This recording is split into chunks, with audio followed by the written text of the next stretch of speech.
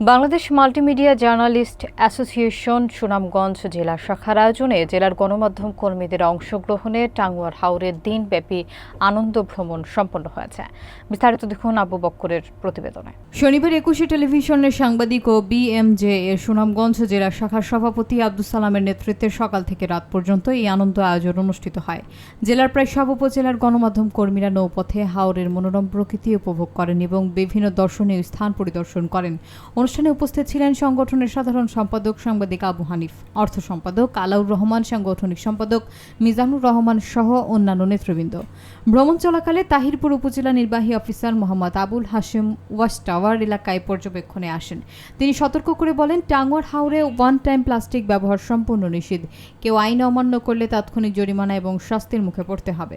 তিনি পর্যটকদের পরিবেশ বান্ধব আচরণ এবং সচেতন ভ্রমণের আহ্বান জানান। অনেকগুলো কিন্তু সাইনবোর্ড দেওয়া হয়েছে, নির্দেশনা দেওয়া হয়েছে। তো পর্যটকরা আজকে এগুলো মানছেন এবং যারা এখনো অমান্য করছেন তাদেরকে আমরা অবশ্যই আইনের আওতায় আনবো, শাস্তির আওতায় আনবো। আমরা আরো কঠোর হবো, কারণ ইতিমধ্যে সচেতনতামূলক কার্যক্রম চলছে। সচেতন করছি, সতর্ক করছি এবং পাশাপাশি তাদের আপনি জানেন যে গত 2 সপ্তাহ আগে কিন্তু আমরা তাদেরকে জরিমানা করেছি। যারা প্লাস্টিক বর্জ্য ফেলে তাদেরকে আমরা কিন্তু জরিমানার আওতায় এনেছি। আর ওয়াচ টাওয়ারের এই পাশে প্রবেশ সম্পূর্ণ নিষিদ্ধ।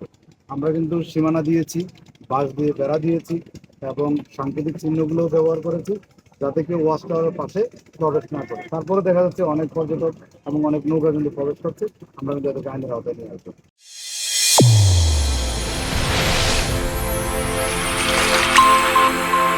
চ্যানেল A1 হৃদয়ের স্পন্দন।